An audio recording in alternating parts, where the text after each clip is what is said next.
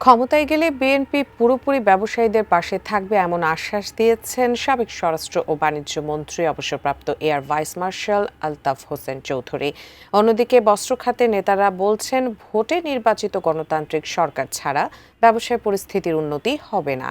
শনিবার রাজধানীতে 15তম গ্যাপেক্সপো মেলার সমাপনী অনুষ্ঠানে এসব কথা বলেন তারা।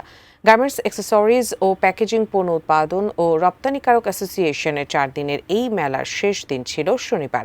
অনুষ্ঠানে সংগঠনটির প্রেসিডেন্ট শাহরিয়ার বলেন, সরকারি কোনো প্রণোদনা ছাড়াই বাংলাদেশ থেকে $1.5 বিলিয়ন অ্যাক্সেসরিজ ও প্যাকেজিং পণ্য সরাসরি এবং পরোক্ষভাবে রপ্তানি হয়। খাতে স্বয়ংসম্পূর্ণ রপ্তানি বাজারে হিস্সা একদমই নগণ্য। সাবেক বাণিজ্যমন্ত্রী আলতাফ হোসেন চৌধুরী বলেন, বিএনপি ক্ষমতায় গেলে ব্যবসায়ীদের সমস্যাগুলোর সমাধান করা হবে।